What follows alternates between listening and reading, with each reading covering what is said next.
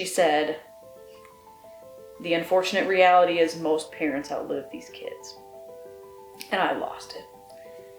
I couldn't hold it in anymore, and it just felt like our baby was given a death sentence. I cannot, on my own, I can't do this.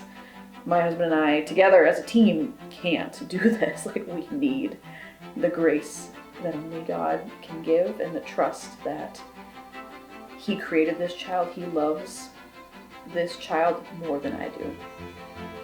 And that doesn't mean that He's not going to take him away from me. I have to accept that. I have to walk in and say, God, your will be done.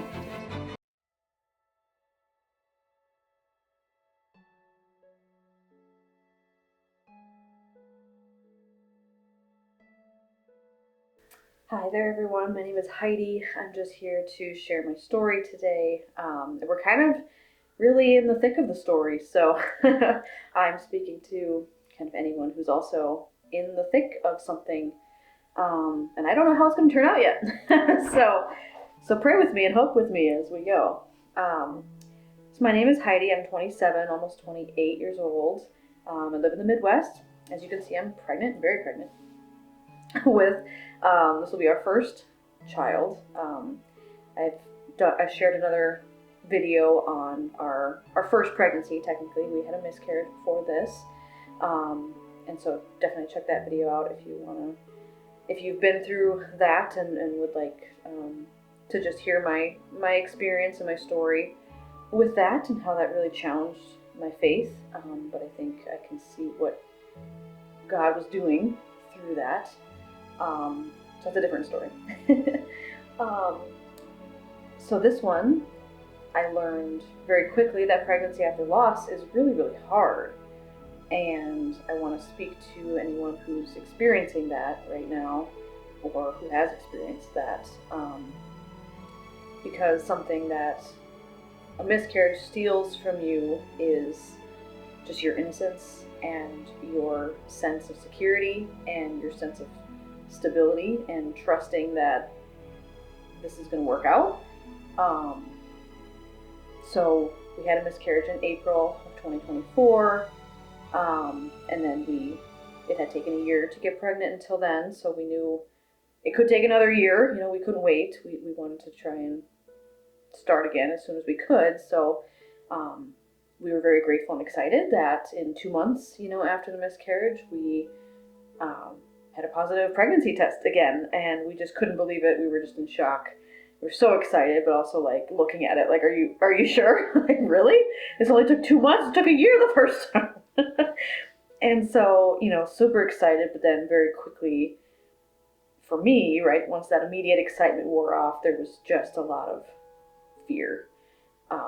Because not 2 months ago, I had experienced a positive pregnancy test and then lost that pregnancy. And so I guess I probably have a lot of anxiety at a baseline. I guess I'm a very type A, wants to have everything together, planning type person. And the miscarriage really took a lot of that security away that I had of just trusting that everything's going to work out, because why wouldn't it?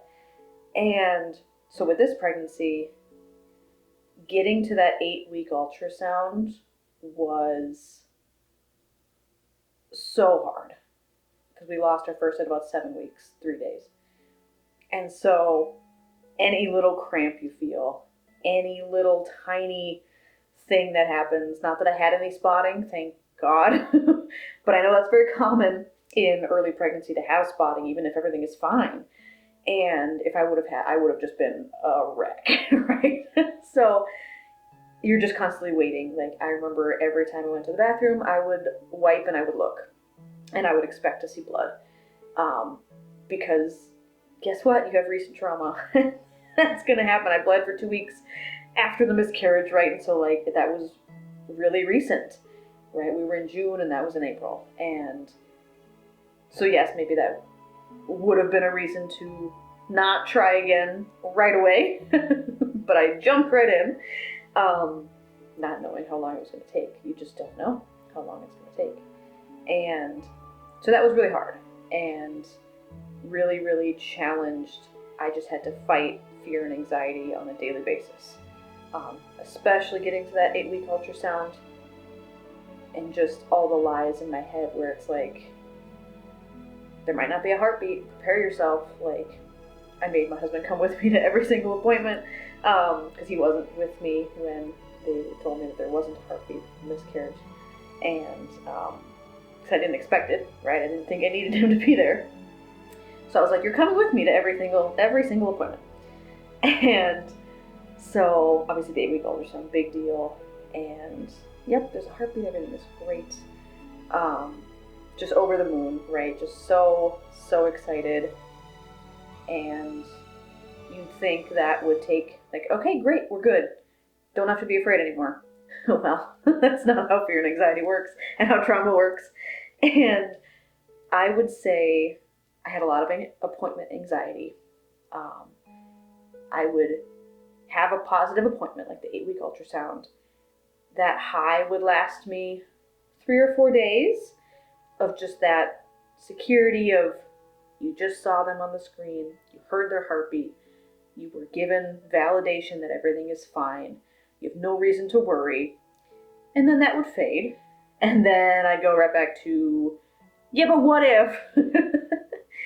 What if at the next appointment there was no heartbeat anymore, right? It's just, I went through this cycle every appointment, and it was exhausting.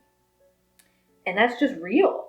And I want to just speak to anybody that doesn't mean that you don't have faith, right? Just because you're doubting and scared, that's okay. That's okay. God's gonna meet you there, right? Like, he knows that you're trying to trust him, but that you have real experience with real pain, and those emotions don't just go away. And it's okay to be afraid. It's okay to be anxious, but it is also good to try and fight that, right? To try and take all your thoughts captive. But it's not like you do it once and you're good. Like, you have to do it daily. At least I did. And I was not always successful. Some days were better than others. And I think I spent basically the first half of my pregnancy in that loop. Really until we got to the 20-week anatomy scan, I was in that loop of have a good appointment, feel pretty good. Oh, wait, now I'm freaking out for 3 weeks until we get to the next appointment. Even though I have no reason to be afraid, I'm not bleeding, I'm not cramping, I'm not having any sort of weird symptoms besides the normal things, right? Like, I had no reason to be afraid, but I did, because I lost the first, and that is reason enough to be afraid. And I just want to validate people that this is hard, and that it's okay if you're anxious the whole time. God's got you, right? God's just try to lean on him, try to give your anxieties to him, try to talk to him through it. But if you still feel it afterwards, that doesn't mean that you're not Christian enough, that doesn't mean you're not good enough, that doesn't mean any of the things the enemy wants to lie to you and tell you that it means. Means that you're a human being, turns out. And this stuff is hard. And you probably weren't prepared for it, right? Unless you've been through it already. And even then it's just harder. So we got to the 20-week anatomy scan, and, everything is great. Everything is perfect. They're really big enough at that point where you see their hands and their feet and their legs, and like they're a little human, and instead of like this little like bean, and you see them and you're like, oh my God, I made that. There's a human being in me, even though they're like on the screen, of course they look ginormous, but they're really like, they're teeny tiny. They're like less than a pound, which is incredible. Birth and labor, it's just all amazing. And I recognize that, like, I get to be a part of it. And not everybody does, right? And that sucks. And infertility is a real thing, and loss is a real thing. And I'm just grateful that I do get to be pregnant, despite all the things. But 20-week anatomy scan, awesome, which is usually when they find things. right? Usually people who have issues, like, you find them at the 20 week. And so getting past that and talking, I know the ultrasound tech can't really say anything, right, if they see problems, but then you go up and you meet with your OB or midwife or whoever you have to review things. And she was like, everything looks great, no concerns. Baby wasn't in a great position today, so just come back in 4 weeks. Like, at least half of all women come back for a repeat ultrasound just because babies do what they want, and we just want to get the best pictures of the heart and the kidneys that we possibly can. So we're going to have you come back in 4 weeks just to get better pictures. A month, they grow quite a bit in that month, so sometimes it's just easier to see what we want to see. And, we really just need to cross all our boxes. The modern age, they track and keep track of literally everything. So no worries. I was happy to come back for another ultrasound in 4 weeks, right? Who doesn't want to see their baby again? Because usually you don't get another ultrasound from week 20 to farther down the line. They're pretty infrequent. I think going into pregnancy, I expected you'd see your baby on an ultrasound every single week, and that's not how it goes. You hear the heartbeat every week, which is reassurance enough. But so I was more than happy to come in 4 weeks later for a 24-week ultrasound, and so this would have been in middle of November 2024. And so we go in for the 24-week, and we're doing the ultrasound, and it seems like it's taking forever. And I know everyone with stories like mine always tends to say that, because the ultrasound tech can't talk to you and diagnose anything or say what they're seeing necessarily. But I figured, our baby was extremely active. We decided that we didn't want to know, right? So we didn't know gender at the time. It was our first, and we just wanted to be surprised in the delivery room, right? People thought we were crazy, but we had always wanted to keep that a surprise, and so we didn't know. And so our baby was very active, moving all over the place, and so I figured that was what was taking so long, of just they weren't being very cooperative, because guess what? They're a baby. And it was kind of uncomfortable because, they always ask you, like, are you doing okay on your back? I'm like, yeah, that's not the uncomfortable part. The uncomfortable part is you're just, like, probing the same spot on my stomach for, like, an hour. Like, I don't want to take a break because that'll just take longer. Just get it over with. But then we went up to, speak with our OB afterwards, and she said, yeah, everything was good. They just needed to really, that heart wasn't in the right spot for them to get a good picture. Baby was moving a lot. So it took a while. So I'm like, okay, we're good then. We don't need to come back until, your next 4-week appointment for your gestational diabetes test, whatever, all the things for the 28th. And so I'm feeling good, right? I was a little nervous, appointment anxiety, like I said. Even though things were going well, still an appointment. What if they tell me something bad happened? But in that time, between the 20 and the 24 week, I was done feeling afraid. I was tired of being anxious all the time. I told myself, we're going to let that go. And I'm just going to start making videos to my future baby of, because now we're in the second trimester, we're feeling really good, right? You've got that second trimester high going on. Everything feels great. You're not so uncomfortable as I am now. Your symptoms have gotten better usually from the first trimester. You're feeling good. And I really wanted to just enjoy pregnancy because I feel like I had been kind of robbed earlier in it from relaxing at all. And so I was like, okay, we got to let this go. We're going to be done. We're just going to enjoy this. Because, even though we want other kids, there's no guarantee that this won't be my only pregnancy for whatever reason, right? I need to cherish this. I need to really enjoy this time, especially when I'm feeling really good. Because I know it's going to get harder, so they tell me anyways. And so from 20 to 24 weeks, I had these 4 weeks of just blissful, ignorantly blissful, now I'm aware, peace that I will always cherish. And unfortunately that didn't last for me, but I'm glad that I decided to just try to really enjoy my pregnancy because it's such a blessing. Even though it's a little uncomfortable, and yes, you're growing a human, and that's exhausting, and it's just such an incredible experience. And so after the 24-week ultrasound, originally thought things were fine. But 2 days after, so that was on a Tuesday, because my carryover days on a Tuesday for the week I'm on. And she calls me on Thursday, my OB. And already, red flag. I'm like, why are you calling me? And of course I was at work, so she leaves me a voice message, and I'm just listening to this message about hi, it's Dr. whatever from your clinic. I was just reviewing some pictures, and apparently not all of the photos from the ultrasound had been uploaded by the time of her reviewing them with us, which is odd. But her being a good OB was doing her due diligence and reviewing the extra pictures and such. And she says in her voicemail, one of the pictures of the heart looks a little small, one portion of it.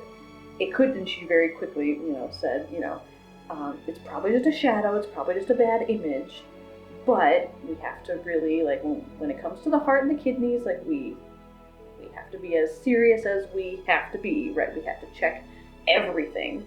So she said, instead of you coming back for a third ultrasound here, I would rather refer you to get a fetal echocardiogram. It can do a more detailed look, just to make sure things are okay. And I'm nervous now. I had 4 weeks of bliss, and now you're calling me and referring me to a specialist? Not a fan of that. Why would you do that? Things are fine. Don't you take this from me. So I'm like, okay, I call her back. We talk through it a little bit. She said that she'll send the consult through. They'll call me to schedule. And this is the week before Thanksgiving, mind you. So that next week, I'm like, well, are they going to get me in before? Because they're probably closed Thursday, Friday, right? So I'm like, okay, I'm just trying to not think the worst things. I'm trying to just think, we're going to go there, and they're going to tell us that everything is fine, and it was just a bad picture. They have to just cross their T's and dot their I's. I understand that. I appreciate that they're taking my baby seriously. This is a good thing. So, of course, I'm telling Dylan, and he's my husband, we're both naturally slightly anxious people, right? So you immediately start to think the worst things, and you're just trying to rein in all those thoughts of the what ifs and why would they and what's going on and how and why and what. Try and suck it in. She's like, they'll call you to schedule. Me being me, I call them on Friday. And did you get the consult? I'm the worst. And so I call them on Friday. And they're like, we haven't gotten the paperwork from your doctor yet. I'll call you when we get that. And mind you, this was all in addition, just as a side tangent. November 20th was my first due date with the pregnancy that we lost. And when my doctor called me, it was November 20th.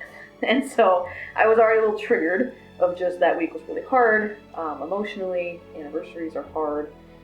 I should have had my baby now. I should have been, even though, you're rejoicing in this current pregnancy, you're still grieving the other one, because that was a real thing that should have happened, and I should have had my baby now.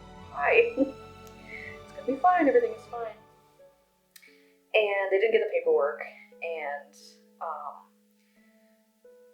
if I remember right, they called me back on, I can't remember if it was a Friday or Monday. I'd have to look back, but let's just say they called me on Monday. Got the paperwork from the doctor. Our process basically is that it goes to a review team. They review the photos from your previous ultrasound, and then they let us know when they would like to see you, right?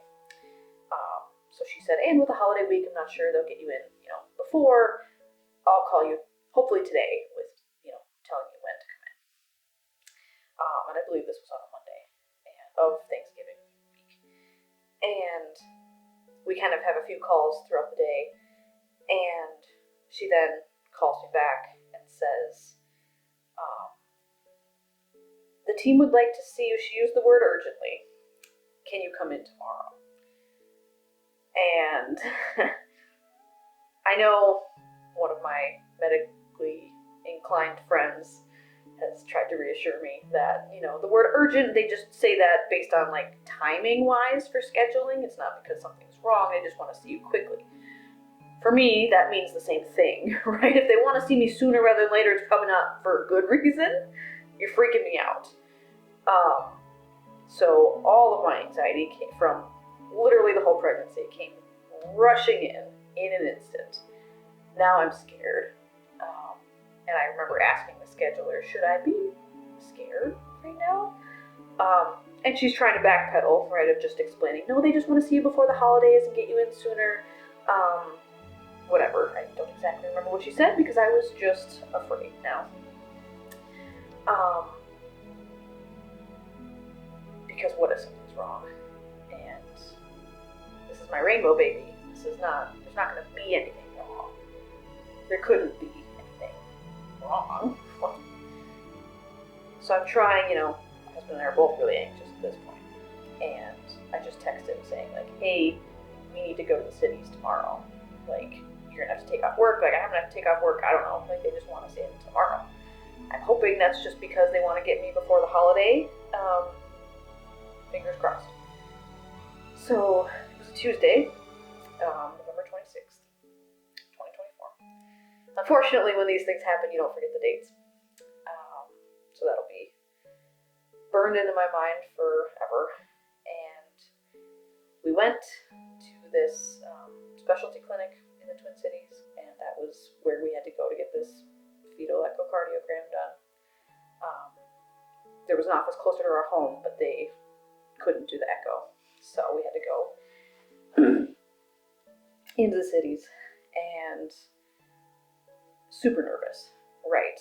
I think the appointment was at like noon or 1, something like that. And so we get there, and they immediately like have us, like the first person you meet with is like a genetic counselor. And we're like, why are we meeting with a genetic counselor, right? Like, we haven't done any genetic testing. Like, why are we meeting with you?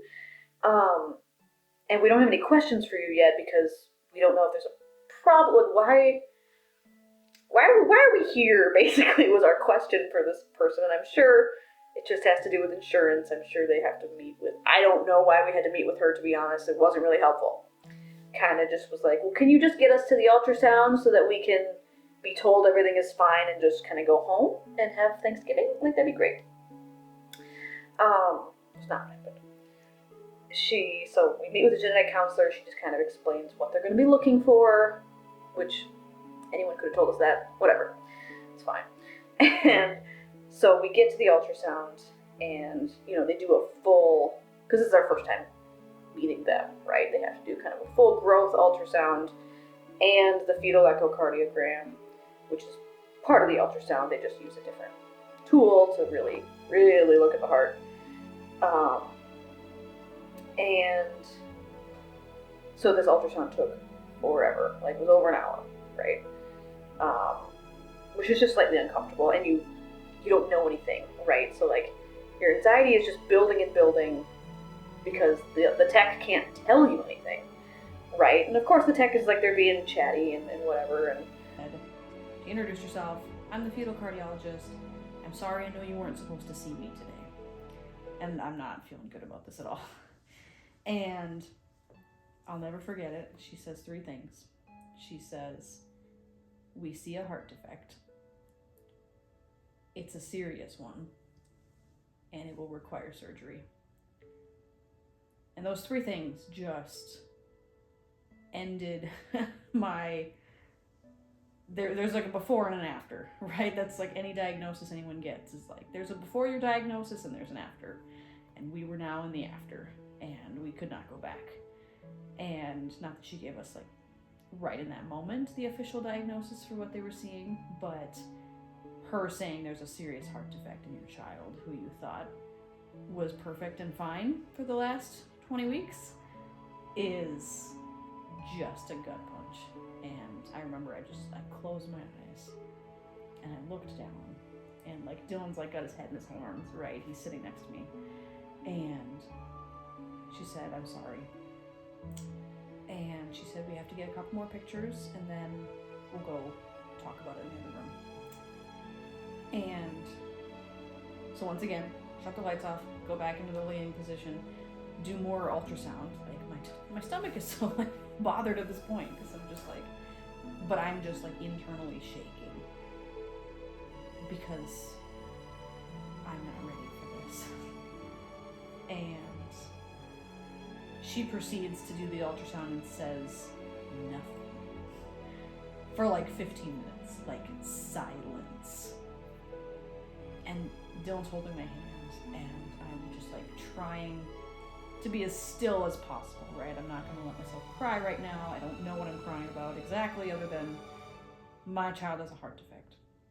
And I'm trying, right, because in the ultrasound, like if you move or giggle or whatever, it affects the image. And so I'm just trying to breathe in and out as slow as I can so they can get the pictures they need of my baby's heart, which has a problem, and they can tell me what to do. And at some point, right, like the tech and the cardiologist are kind of like talking shop, right, about like what images they got, and like I'm trying to like not panic.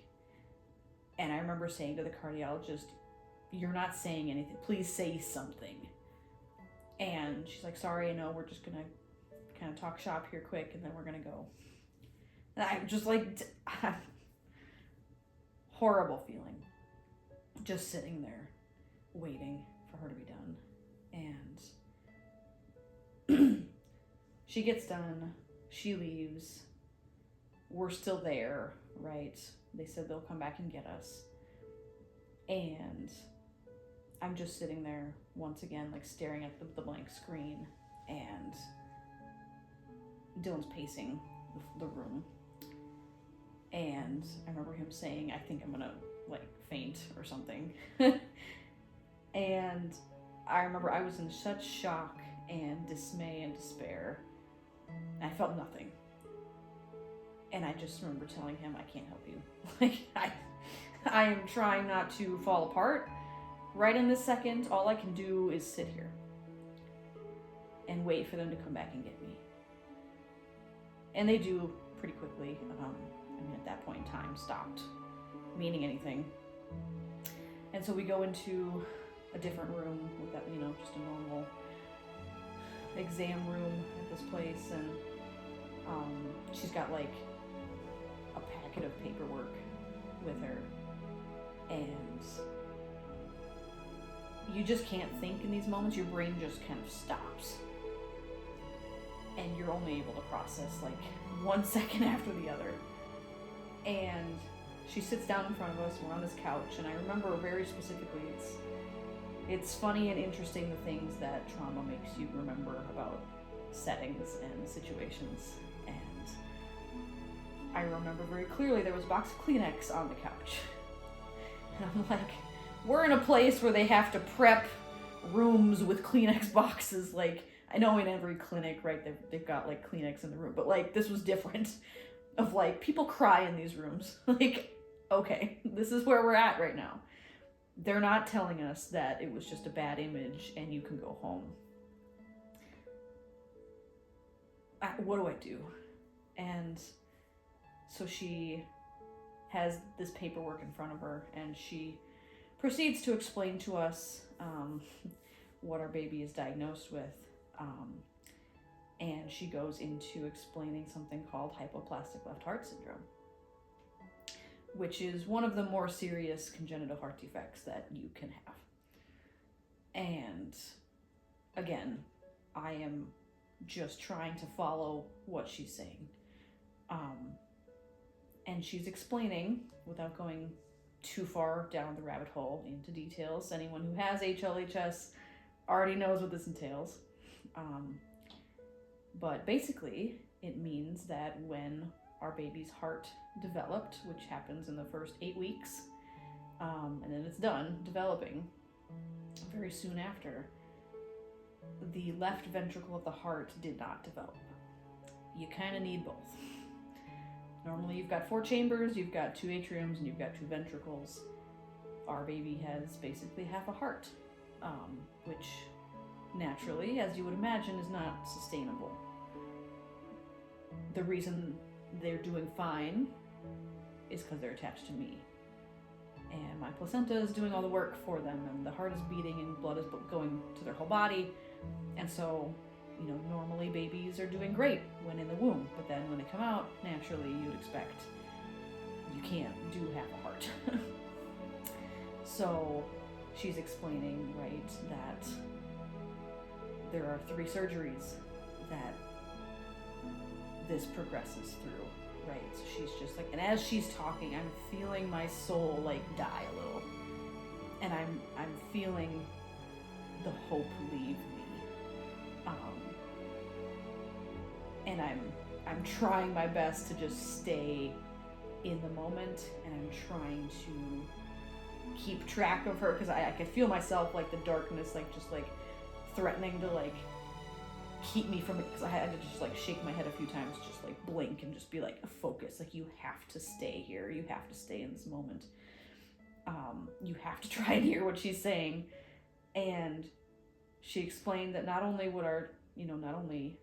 does our child have this really serious heart defect, the way through this, right, because obviously we're like, how do you solve this? How do you fix this? Right? She's explaining that our baby would have to go through open heart surgery very soon after birth. And they would need their second open heart surgery a few months after birth. And they would need a third open heart surgery a few years after birth.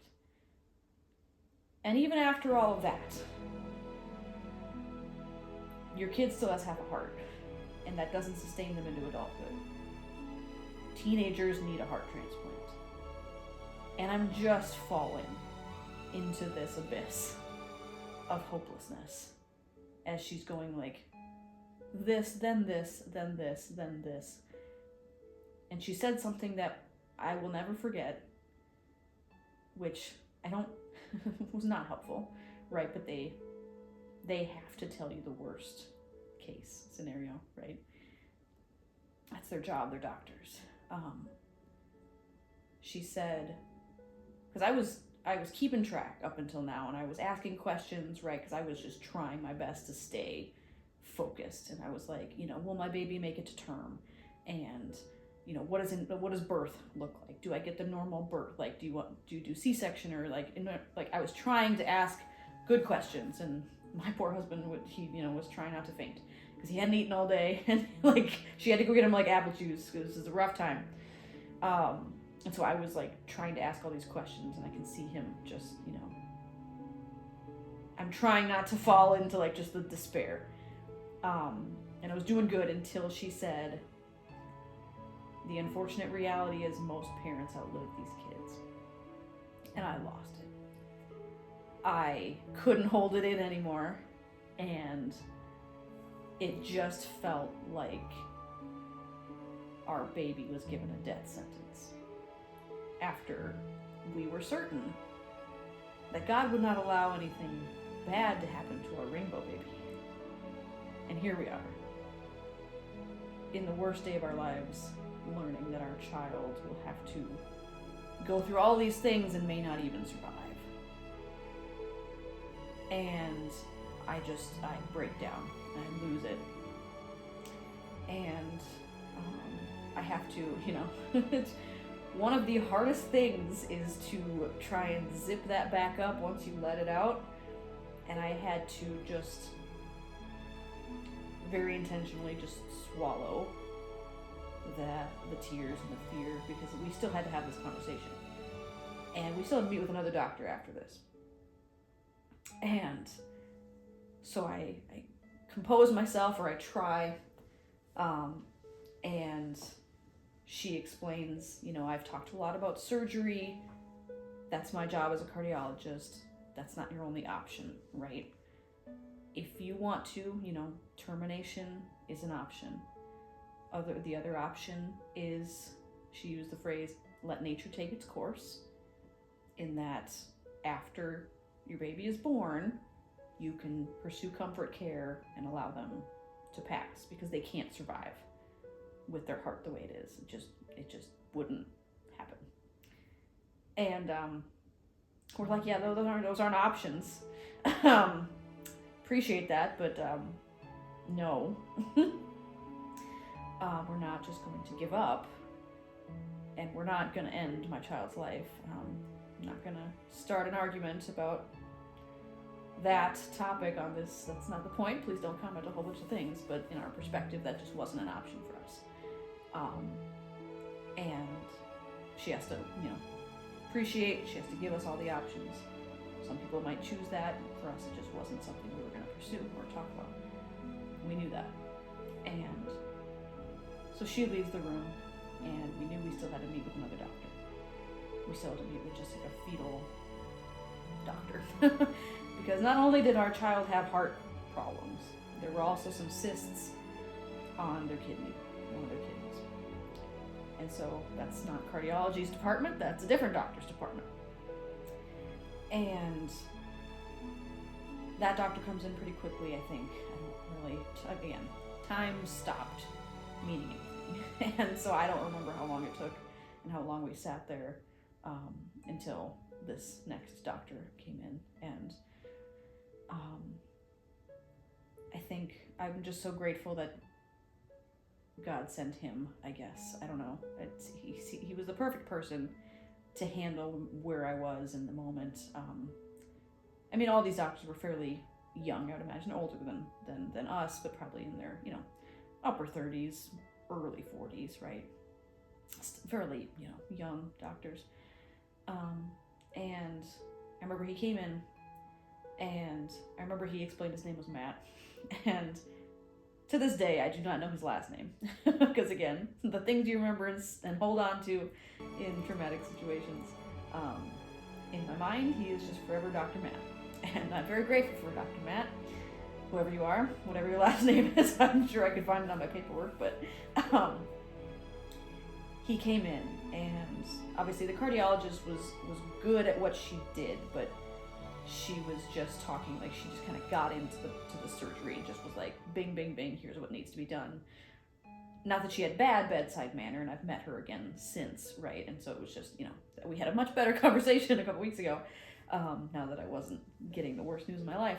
But obviously he knew what we had just discussed, and he knew we had come in and been completely blindsided for the day of thinking everything was normal and good, and then being given this just mess. And so he was so kind and so compassionate, and he just said, I know that you've had a lot taken away from you today. If you just tell me when to stop talking, if you're just done with today. I know you met with the cardiologist. That's obviously their specialty. I'm not going to talk about the heart. I'm going to talk about the kidney and what we're seeing, and just proceeded to explain that there are some cysts on one of the kidneys. Basically, what they're not quite sure why that would have happened or what that means, but typically when they see this, the cyst will just kind of overtake one of the kidneys, and babies and kids can live just fine with one. So he's like, with everything else you've got going on, this isn't your biggest concern, but it is an added complication. So we're going to keep watching the one kidney, because if both of them get cysts, then we have problems, right? Because then you need kidneys. And if both of them don't work, we need to talk about dialysis and just so many other things. But for now, only one of them has cysts. We're going to keep an eye on it. He explains. And he also explains, it was very kind. I just love the way he phrased it, because he said, it's my obligation to explain all of your options to you, but if you say no, I won't bring it up again, And so he says, is termination an option for you? And we said no. And he said, then we will never bring it up to you again. We will never discuss it again. And I just really appreciated that, right? Because I know a lot of times people who get situations like this, doctors are kind of pessimistic, and either sometimes I've heard people are pushed in the direction of termination, or just like they bring it up every single time. And so for us, thankfully, that hasn't been a struggle, right? He was like, okay, then we won't bring it up again. Like, that's done. Unless you change your mind and bring it to my attention. But he was just so kind, and I'll always remember him for that. And I'll always be grateful for him for that, because it was just such a brutal day. And I remember he left the room, and it was late at this point, right? So it's like we'd been there from like noon, and it was like 5 o'clock. Like we'd been there it felt like all day, and it was such an emotionally taxing day. And he's like, take the time you need. I'll be here, right? Like the doors are locked already. We're done for the day, but like you take the time you need and let me know when you're ready, and I'll like let you out so the alarms don't like go off or whatever. And he leaves the room, and it was like the last person we had to see, and like the last reason for me to like keep things together. And I didn't even think that I was going to like cry. I didn't know I could cry, but like Dylan just like hugs me, and I cry harder than I've ever cried in my whole life, and so does he. I've never heard him cry that hard. We both just like cling to each other on this crappy couch in this room, and we just sob and weep, because it truly felt like this was the end. Like how do we do this? How do you even, what just happened? Everything was fine yesterday, and now nothing is okay. And our baby's gonna die, and it was, to this day, it was the hardest day of my life. And I don't even know how long we were there. Probably like, felt like forever, but it was probably only like 5 minutes. And he's like, I can't be in this room anymore. Like we gotta go home. Like I can't be here anymore. I can't be in this horrible place anymore. And so, we leave, we get in the car, we go home, and it's just, rush hour traffic out of the Twin Cities. And so it takes forever to get home, and just like as we're driving home, it's just both of us, like, you're just weeping, like breaking down, and then like composing, and then just like breaking down again, and just like trying to like talk through this of just processing what they told us, and what do we do? And so that whole night, getting home and just constantly just going through breaking down, and then being able to talk about it, and then just like breaking down again. Our main conversation was not between, like, termination was off the table, but trying to decide, do we put our child through these surgeries or not? This is intense. Is that fair to them? What do we do? Like, we just had to work through that. We just had to process, like, where's our line? If the cysts get on the kid, like, what? It's just such a hard, these are conversations you shouldn't have. These are conversations you weren't prepared to have.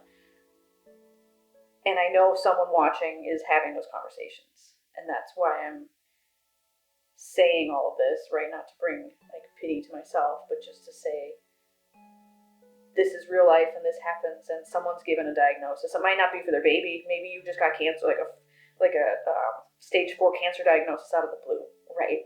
And you're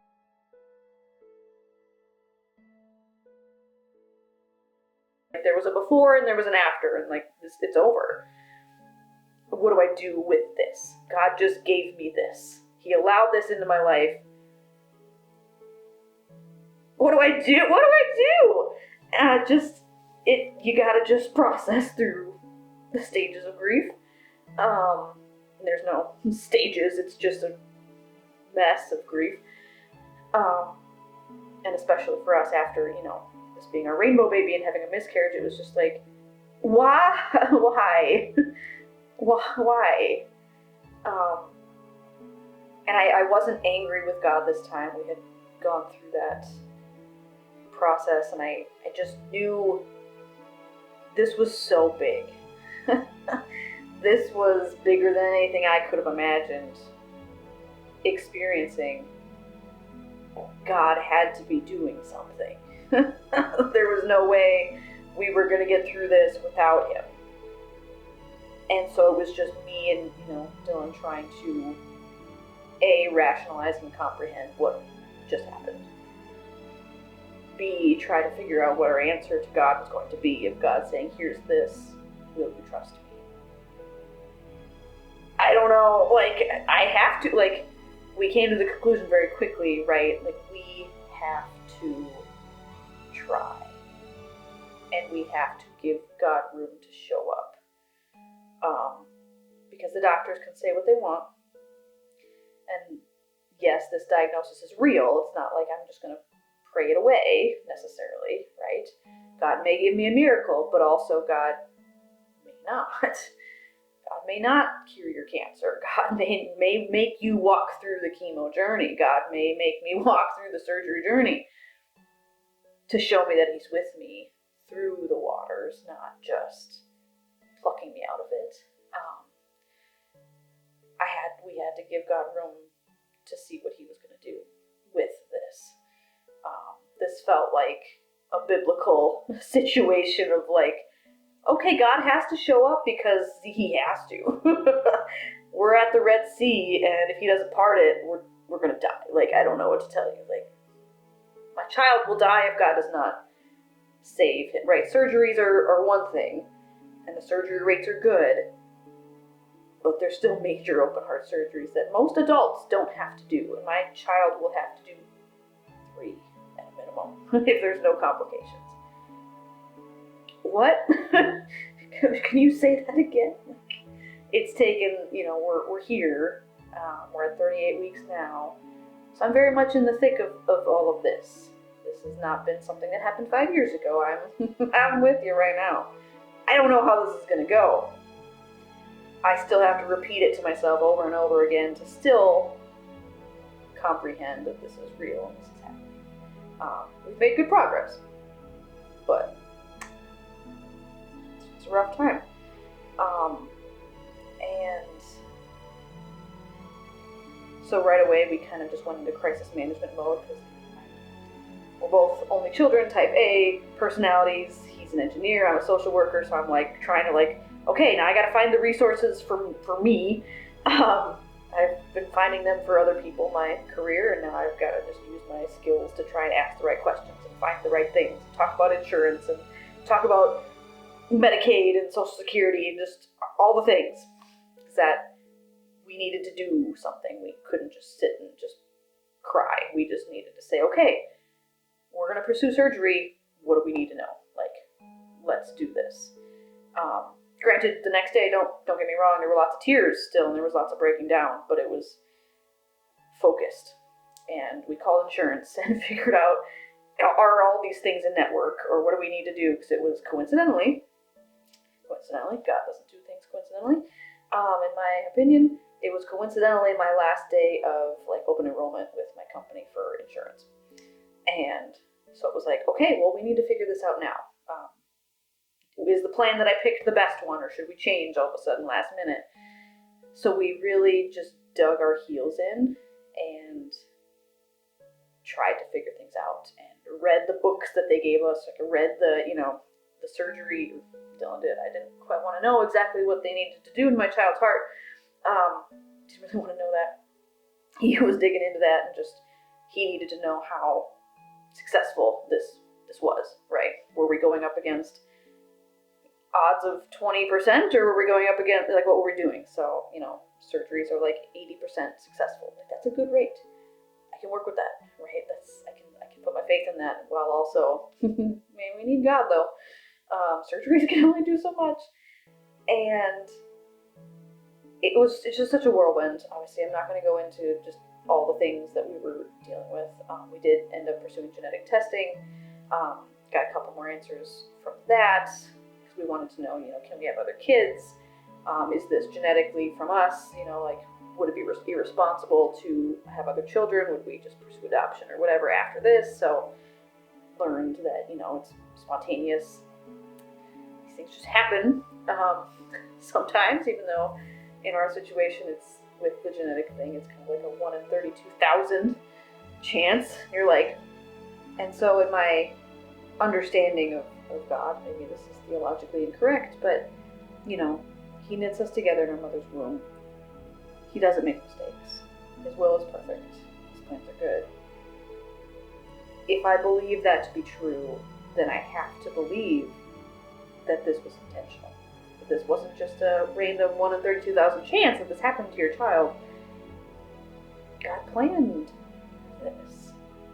And that's a really hard thing to accept. Or at least it could be, I guess for me, maybe it was more reassuring than challenging.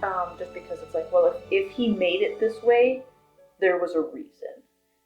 And he's going to show up because he has to, and he planned to. But that doesn't mean that my child's going to make it. I have to accept the reality that this doesn't end the way I want it to. And I have to just go into this and say, there's nothing I can do, God. You have to just take the wheel, literally. If I'm not going to, choosing termination to control the situation and say, okay, I know how this is going to end and I'm going to choose that it's going to end this way. That's not something I can, in good conscience, do. Not pursuing surgery just because I think it's unfair to put a child through that isn't, we couldn't sit with that decision, right? Like, that just wasn't for us.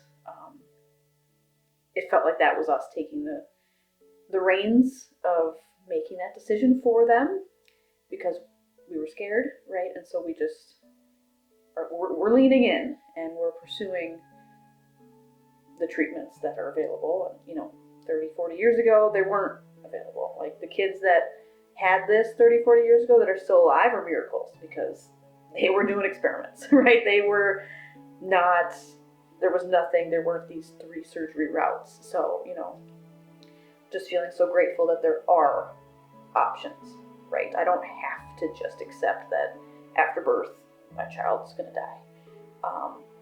They could, but also, so could anybody.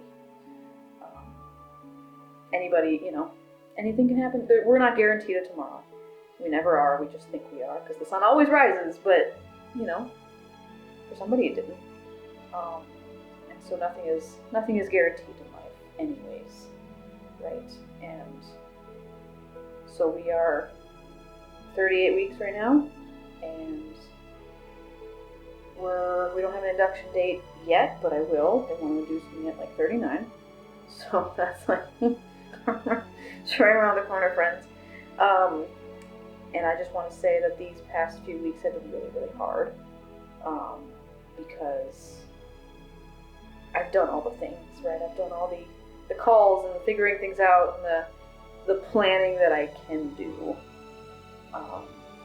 The rest, I can't plan for how labor is going to go exactly. I can't. It's my first. I don't even know how. I've never done labor before, so I'm scared and nervous. And once he's out, then the real battle begins, and that's terrifying. And I want him to just stay in there. We did choose to find out that we're having a boy because we wanted to, knowing the uncertainty of his timeline with us, we really needed to name him, and we had a name picked out for either a boy or a girl a long time ago. So we knew right away when they told us it's a boy. We really thought it was a girl, to be honest. So that was a surprise, but a good surprise, right? I'm a tomboy, so I think boys are easier. I don't know. This boy maybe isn't going to be as easy as I had hoped for. He's already throwing me some curveballs, but it's just been a hard few weeks of mentally knowing what lies ahead, knowing that I should just be excited to meet my son, and instead I'm mentally preparing to send him an open heart surgery. And no mom should have to do that. No parents should have to do that, but parents do, right? No kid should get cancer, and they do, right? Kids shouldn't have congenital heart defects, and they do. And kids shouldn't have developmental, these things just happen. And it's really, really hard.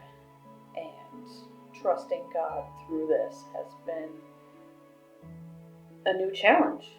And it'll change. It'll be a brand new challenge in a few weeks from now. and I don't know how it's going to go. And I'm just trying to mentally prepare myself as much as I can, knowing that labor is a mental thing, and also that the rest is very uncertain, but I have to believe that God led me to the Red Sea. He's not going to leave me. He's not going to make this not worth something. Even if it doesn't go the way I want, I trust the outcome to Him because I can't do anything about it.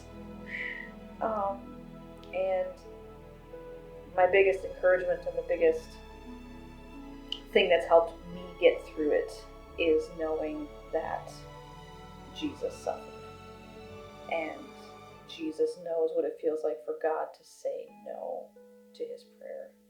Right? Jesus knew. He knew going up to Jerusalem that He was going to suffer. He had a date. He had an induction date on the calendar, right? He had a date where He knew He was going to have to suffer far more than I'm going to. And He knew He had no choice. But even still, right at the end, in His humanity, He asks, God, is there any way for me to not go through this? Is there another way? Please take this from me. If He asked that of God, it's okay for us to ask for that too, right? It's okay for us to say, God, I can't do this. And of course, God's response is, not that God verbally spoke to Jesus in the moment that is biblically recorded, but I imagine His response was, I'm sorry, you have to. There's no other way. There's no other way. You have to suffer for humanity's sake. Saying to me, right, you have to do this. I'm sorry, I'm with you. I won't leave you, but this will hurt you,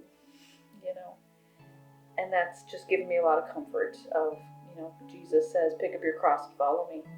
And until all of this, you kind of think maybe that's metaphoric. And then He gives you your cross. And if you haven't had yours yet, you will.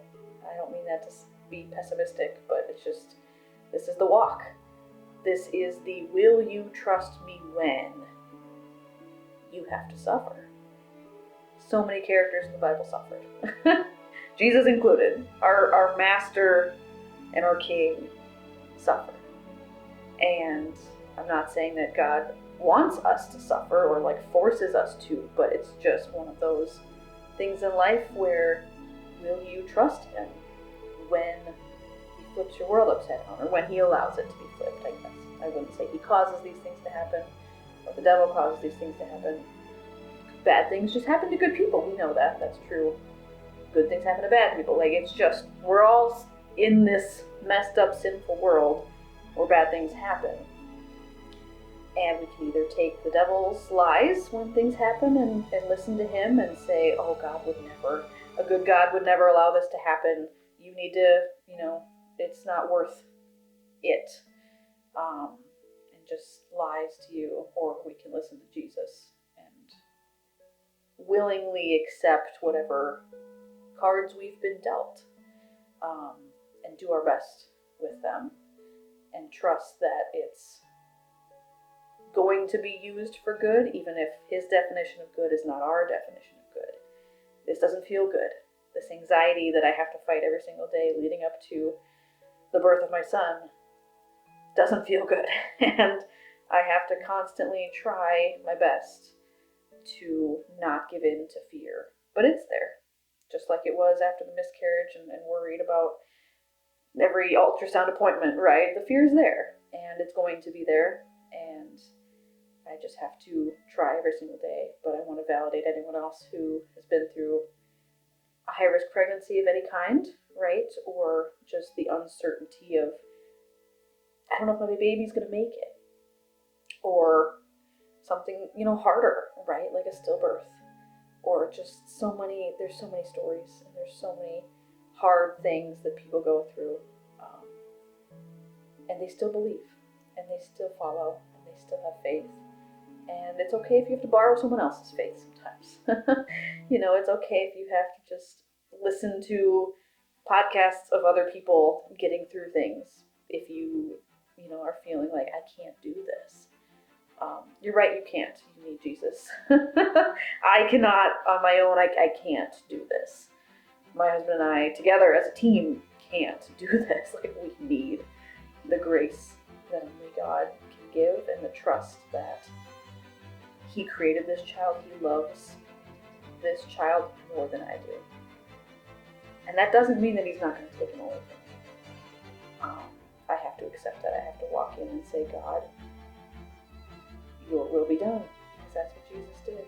And I have to follow, and I have to trust. And my only encouragement is, I don't know how this ends, right? I know how it ultimately ends, right?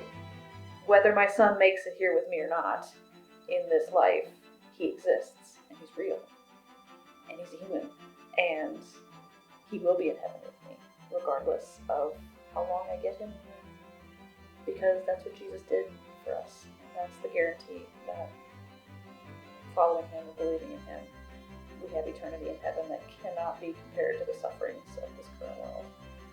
And that's the ultimate hope, is that this world might not be kind to you, but it is temporary, and eventually this ends, and it's a better ending, right? Not that God doesn't want good things for us, and not that God's not going to show up in our lives, because He is. He absolutely is. But that's the ultimate hope, right? Is that in this world you will have trouble, but take heart. I have overcome the world.